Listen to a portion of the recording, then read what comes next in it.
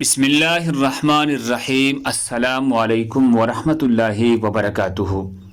ناظرین گرامی، مغرب کی نماز کے بعد کا عظیم اجر والا ذکر۔ نبی صلی اللہ علیہ وسلم نے فرمایا، جس نے مغرب کے بعد 10 بار یہ کلمات کہا، لا الہ الا اللہ وحدہ لا شریک لہ، لہ الملک ولہ الحمد یحیی و یمیت وہو علی کل شیء قدیر، لا الہ الا اللہ وحدہ لا شریک لہ، لہ الملک ولہ الحمد یحیی و یمیت وہو علی کل شیء قدیر۔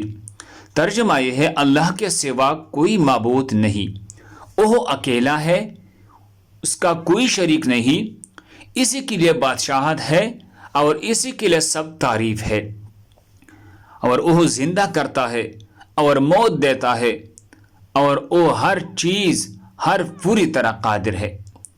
اللہ اس کی صبح تک حفاظت کے لیے مسلح فرشتے بھیجے گا جو اس کے شیطان سے حفاظت کرے گے، اور اس کے لیے ان کے عوض 10 نیکیاں لکھی جائے گی جو اسے اجر و ثواب کا مستحق بنائے گی، اور اس کی مہلک بھی جو بیماریاں ہے، اس کی مہلک بیماریاں اور گناہ مٹا دیں گی، اور اسے 10 مسلمان غلام آزاد کرنے کا ثواب ملے گا۔ انتہائی بہترین کلمات ہے۔ سنن ترمذی حدیث نمبر 3534۔ اللہ ہم سب کو اس پر عمل کرنے کی توفیق عطا فرمائی۔ دوسری مسلمانوں کی فائدے کے لیے آگے ضرور شیئر کریں۔ اگر آپ ہمارے چینل پر نئے ہیں تو برائے کرم ہمارے چینل کو سبسکرائب کریں۔